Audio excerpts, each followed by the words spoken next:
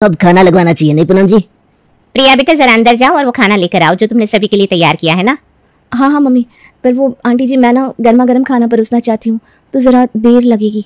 अरे वाह, नेकी और पूछ पूछ। जाओ जाओ बेटा, अब तुमने इतनी तैयारी की है तो हम भी तो खाकर देखें क्या बनाया है तुमने। पिछले 2 घंटे से तुम्हारे बनाए खाने की तारीफ सुन रहा है, अब हकीकत भी देख लेते हैं। फुसफुसाता हुआ विक्रम अपनी माँ से कहता है, देखा मम्मी, आज की मेरे राशिफल में लिखा था कि तुला राशि वालों को डबल फायदा होगा। कहाँ लड़की नसीब नहीं हो रही थी और अब लड़की मिली तो बिल्कुल तुम्हारे पसंद की खाना बनाने वाली। अरे खाना बनाकर परोसा कहाँ है उसने, जरा बनाकर लाने तो दे। पता चला इसने भी बीमार हो जैसा खाना बना दिया तो मैं तो इस रिश्ते को ना कर दूंगी। हाँ ऐसा नहीं होगा मम्मी, मुझे पूरा भरोसा है। प्रिया अच्छा ही खाना बनाएगी और इस बार मेरी शादी हो ही जाएगी। 10 मिनट बाद प्रिया 2 डोसे लेकर आती है और अपने होने वाले ससुर के सामने रखती है। ये तो सोना हाथ लग गया पूनम जी। मैं बाकी सभी के लिए प्लेट लगाती हूँ, आप लोग बैठ जाइए।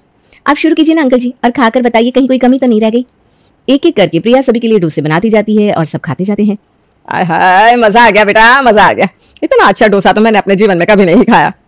हमें तो विक्रम बड़ा पसंद है। अब आप बताइए पूनम जी। किसी के घर का अनाज खाने के बाद हम उन्हें नाराज तो नहीं कर सकते ना, तो इस रिश्ते को तो हाँ करनी ही पड़ेगी समधन जी। और प्रिया के हाथों का बनाया खाना ऐसा जादू करता है कि लड़के वाले मना नहीं कर पाते और तुरंत ही विक्रम की शादी प्रिया से तय हो जाती है। शादी के दूसरे दिन किसी भी अच्छी बहू की तरह प्रिया रसोई में जाकर नाश्ते की तैयारी में लग जाती है। अरे बहू तो रसोई में आ गई, मुझे उठाया होता ना बेटा। अब जब मैं आ गई हूँ मम्मी जी तो आपको नींद खराब करने की क्या जरूरत है। सब कुछ बनकर तैयार है, आप बस बाहर 2 मिनट के लिए बैठिए, मैं ला रही हूँ। खुशबू तो बड़ी अच्छी आ रही है। क्या बनाया प्रिया तुमने? वो मैंने सोचा आज मेरी पहली रसोई है तो क्यों ना सभी के लिए कुछ स्पेशल बना दूँ। 2 मिनट का इंतजार करो, नाश्ता तैयार है। और प्रिया सभी के लिए इडली और चटनी लेकर आती है। बहुत ऐसे ऐसे स्वादिष्ट व्यंजन खिलाएंगे तो हमारी तो आदत ही बिगड़ जाएगी। तो कौन सा मैं कहीं भाग जा रही हूँ पापा जी, मैं तो यही हूँ, हमेशा बनाकर खिलाया करूंगी। इडली तो बड़ी सॉफ्ट है बेटा, मानना पड़ेगा, खाना बड़ा अच्छा बनाती हो। इडली खाते ही पूनम अपने हाथ से सोने की अंगूठी उतार कर अपनी बहू को दे देती है। अरे आज बहू की पहली रसोई है, आप भी कुछ हाथ में रखिए उसके। ये बस क्या खाए जा रहे हैं। हाँ ये ले बहू 5001 रुपए। जीती रहे बेटा। और तू विक्रम, आज बहू को कहीं घुमाने ले जाना, बेचारी तुम्हारे ऑफिस के चक्कर में हनीमून भी नहीं जा पा रही है। हाँ विक्रम, मैं ना ड्रेस निकाल कर साइड कर देती हूँ। इडली तो बना दी है, पूरे दिन काम आ जाएगी। और पूरे दिन सभी को सिर्फ इडली ही खानी पड़ती है। पर पूनम फिर भी बड़ी खुश थी, वो हर किसी को पकड़ पकड़ कर अपनी बहू की तारीफ कर रही थी। आज तो पहला दिन है, 4-5 दिन तो सभी की बहू सास ससुर की खातिर करती ही है। असली दिन तो बाद में दिखता है, पहले इडली, फिर रोटी, फिर बिना घी की रोटी और फिर थाली खाली। पर ऐसा मेरे केस में बिल्कुल नहीं होगा, देख लेना। और इसी डर के साथ अगले दिन पूनम उठती है कि कहीं उसकी बहू भी उसे सूखी रोटी ना परोस दे। पर आज नाश्ते में बनते हैं बड़े। वाह बाबा, देख रही हैं पूनम जी, ऐसी होती है खातिर। सभी नाश्ता कर लेते हैं। दोपहर के वक्त पूनम अपनी बहू के पास जाकर कहती है, दोपहर को क्या बना रही हो बहू? पापा जी और विक्रम तो घर पर है नहीं मम्मी, हम 2 लोगों के लिए क्या ही कुछ बनाऊं, बड़े तो है ही, ला दूं क्या? रात के खाने के वक्त नाश्ते में भी बड़े, टिफिन में भी बड़े और डिनर पे भी बड़े। आज कुछ ज्यादा ही नहीं हो गया, बड़े बड़े हैं। बहू देख, अब कल मत बनाना। नहीं पापा जी, बिल्कुल भी नहीं। कल तो प्रिया के स्पेशल डोसे बनेंगे। और अगली सुबह परोसे जाते हैं प्रिया के ससुराल वालों को बिना मसाले की डोसे और चटनी। और चढ़ाओ इसे सर पर, इसमें तो मसाला ही नहीं है तो नहीं, पर हो सकता है कि बेचारी तुम्हारे डोसे में मसाला डालना भूल गई हो। मैं अपने डोसे में देखता हूँ। तीनों में से किसी भी डोसे में मसाला नहीं है पापा, ऊपर से साथ में सिर्फ चटनी दी है, प्रिया ने सांभर भी नहीं दिया। बात तो तेरी सही है बेटा, कल तो उसने बड़े के साथ चटनी बनाई थी। सांभर बड़े के साथ चटनी कौन खाता है? साथ में सांभर नहीं दिया था, बताओ। इसलिए तो बहू ने कहा था कि मैं वड़े बनाऊंगी, सांभर वड़े बनाऊंगी, ऐसा नहीं कहा था उसने। आप एक काम कीजिए, बिन मसाले का डोसा खा लीजिए, आप इसी के लायक है। ए बहू जरा बाहर आना तो। अपने बालों को अपने कान के पीछे करती हुई प्रिया कहती है, बताइए मम्मी जी, मेरे दोनों कान बिल्कुल खुले हैं, नो डिस्टर्बेंस। अपनी तारीफ सुनने के लिए मैं तैयार हूँ। पर आज तो तूने मौका ही नहीं दिया तारीफ का बहू, इस डोसे में आलू ही नहीं है। सांभर का बोलिए ना। और पापा कह रहा है कि सांभर भी नहीं है। वो क्या ना, बिना सांभर के डोसा पापा खाते नहीं है।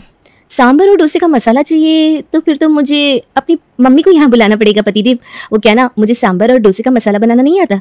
ये क्या मजाक है बहू, हम जब तुझे देखने आए थे तूने कितना अच्छा डोसा बनाया था और सांभर भी तो कितना पसंद आया था सभी को।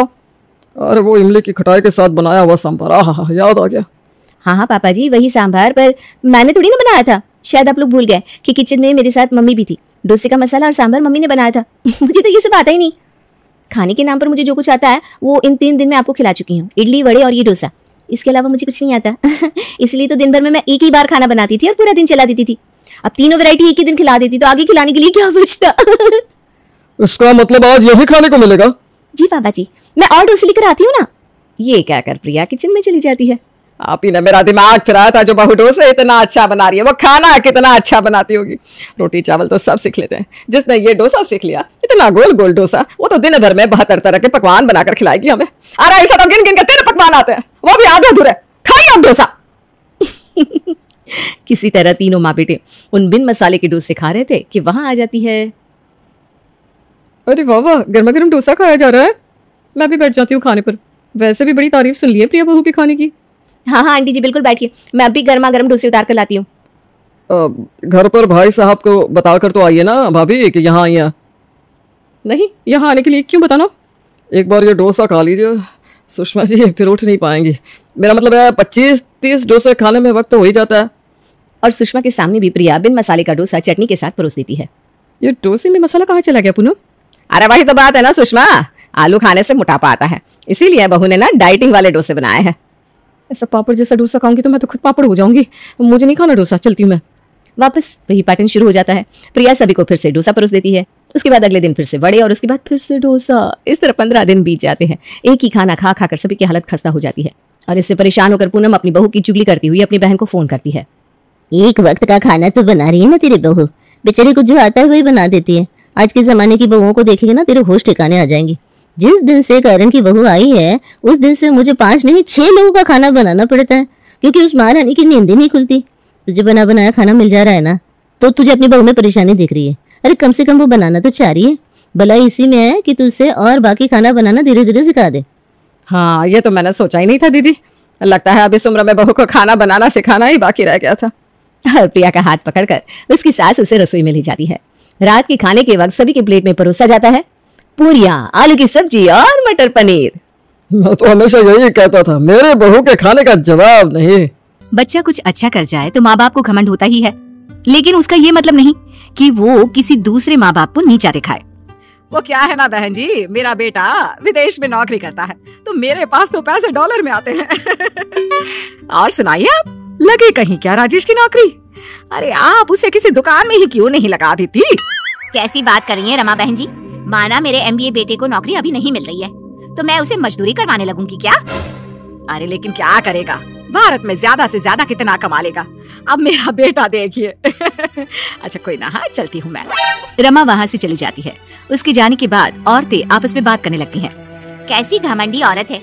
अरे बेटा विदेश गया तो अच्छी बात है, लेकिन ये मतलब तो नहीं ना कि जो देश में है वो सारे निकम्मे हैं। और देखो तो कैसा बोल रही थी, किसी दुकान में लगा दो। अरे मन तो आया कि अरे रहने दो ना बहन, ऊपर वाला सब देख रहा है, वही बता देगा एक दिन इसे। वक्त बीतता है लेकिन रमा का घमंड कम होने का नाम ही नहीं लेता। एक रोज वो अपनी ननद से कहती है, अरे कैसे आना हुआ स्वीटी? बस भाभी, ससुराल से कुछ दिनों का ब्रेक लेने का मन था। सास और देवरानी ने कहा कि भाभी के यहाँ हो आओ कुछ दिनों के लिए। सो आ गई अपने भाई के घर। आप सुनाइए। बस मैं तो सारा दिन किटी में रहती हूँ या फिर मार्केट। वो क्या है ना, तुम्हारा भतीजा पैसे नहीं डॉलर बेचता है, डॉलर। अब कहाँ खर्च करे समझ में ही नहीं आता। वैसे ना तुम यहाँ आराम से रहो, मेरे बेटे ने कुक के भी पैसे भेजे हैं, खाना भी बना बनाया मिलेगा। ननद को भाभी की बात अजीब लगती है लेकिन क्या कहती है। अगले रोज, अरे स्वीटी तुम्हारे बच्चे छोटे हैं ना, उन्हें तो तुम अभी से रवि का उदाहरण दे दिया करो। देखो रवि भैया को, वैसे रवि जैसे तो नहीं पर उससे थोड़ा नीचे का भी कुछ बन जाए तो धन्य समझना खुद को। वैसे भाभी मैं आपको बता दूं कि मेरे बच्चे साइंस के स्टूडेंट हैं और वो विदेश जाकर नहीं अपने ही देश में कुछ करके देश का नाम रोशन करने की चाह रखते हैं। अरे सब कहने की बात होती है, जेब में पैसा हो तो सब ठीक लगता है, नहीं तो जानती ही हो ना कैसे सारा दिन तुम घर में नौकरानी की तरह लगी रहती हो। भाभी घर का काम करना, सबका ख्याल रखना नौकर वाली बात नहीं है, बल्कि अपना फर्ज होता है। पर वो आप नहीं समझेंगी। लड़का क्या बाहर चला गया है आपका। चलिए चलती हूँ मैं, जब से आई हूँ आपकी बक बक बंदी नहीं होती। ननद भी वहाँ से अपने घर चली जाती है। उसके जाने के बाद रमा का पति कहता है, अरे मेरी बहन क्यों चली गई? वो तो रुकने के लिए आई थी ना। हाँ पर पता नहीं कैसी औरत है, अपने भतीजे की बड़ाई सुनी ही नहीं गई उससे, जलन के मारे भाग गई। रमा का घमंड बढ़ता ही जा रहा था। वो अपने बेटे के पैसे के बल पर किसी को अब कुछ भी कहने लगी थी। एक रोज रमा के घर पर, अरे मोहन जी क्या हाल है, आइए आइए। जी मैं ठीक हूँ भाभी, वो भाई साहब है क्या? अरे नहीं, वो तो फ्रूट्स लाने गए हैं मार्केट। आपको तो पता ही है ना, विदेश में एक वक्त फ्रूट्स खाते हैं। अब बेटा मेरा बाहर है तो हमें भी वहाँ की तैयारी करनी पड़ेगी ना। वैसे कैसे आना हुआ? वो क्या है ना, मेरी बेटी की शादी के लिए हम लोग लड़का देख रहे हैं। किसी ने आपके बेटे रवि के बारे में बताया था तो सोचा आपको बेटी की फोटो देता जाऊं। बीए पास है मेरी बेटी, अंग्रेजी का अच्छा ज्ञान भी है। रमा को तो जैसे बेइज्जती फील होती है। क्या कहा? बीए पास लड़की से मैं अपने विदेश में नौकरी कर रहे लड़के की शादी कर दूंगी? सोचा भी कैसे आपने? क्या बात कर रही है बहन जी? आपको याद होगा आप ही ने कहा था एक रोज मेरी रश्मि को देखकर कि इसे तो मैं अपनी बहू बना लूंगी। अरे हाँ हाँ कहा था, लेकिन तब मेरा बेटा पढ़ रहा था। अब कैसी बात कर रहे हैं? सोचा भी कैसे आपने? हैं? उसकी शादी तो अब किसी गोरी मेम से होगी, विदेशी। हाँ। मोहन को रमा की बात बहुत बुरी लगती है।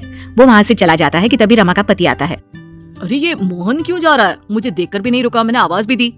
अरे वो क्या है ना, अपनी बेटी का रिश्ता लेकर आया था, मैंने तो उल्टे पाँव भिजवा दिया। अरे विदेश में है हमारा बेटा, विदेश में। देखो रमा, इतना घमंड ठीक नहीं है। हाँ, बड़े आए थे बीए पास लड़की का रिश्ता लेकर। बीए पास है लेकिन आईएएस की तैयारी कर रही है वो। जिस दिन पास कर गई ना, पूरे राज्य में राज करेगी। तुम बस विदेश की नौकरी लेकर ढिंडोरा पीटती रहो। लेकिन रमा को क्या, उसे तो किसी भी बात से कोई फर्क ही नहीं पड़ रहा था। उस पर तो बस बेटी की विदेशी नौकरी का घमंड छाया था। तभी बेटी का फोन आता है। कैसी हो माँ? माँ एक काम था, जरा 2 लाख रुपए भेजना ना मुझे। हैं? क्या बोल रहा है बेटा, पागल हो गया है क्या?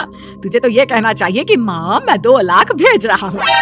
अरे माँ, नौकरी चली गई है मेरी, यहाँ रहना कोई आसान नहीं है, बहुत पैसे लगते हैं, जरा भेज दो ना। हैं? अच्छा चल ठीक है, कुछ बचत कर रखी है, उसी में से भेज रही हूँ। लेकिन ये क्या, एक एक कर 5 महीने हो जाते हैं, लेकिन रमा के बेटे की दोबारा नौकरी नहीं लगती। बेटा ऐसा है कि अब तो घर बेचने की नौबत आ जाएगी। तू एक काम करना, वापस ही आ जा।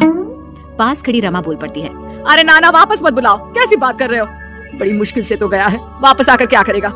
तुम ना ये मेरे गहने लो, इसे बेच दो, लेकिन उसे पैसे भेजो। अरे पागल हो क्या? ये सब बुरे वक्त के लिए है, कल को बहू आएगी तो क्या दोगी उसे?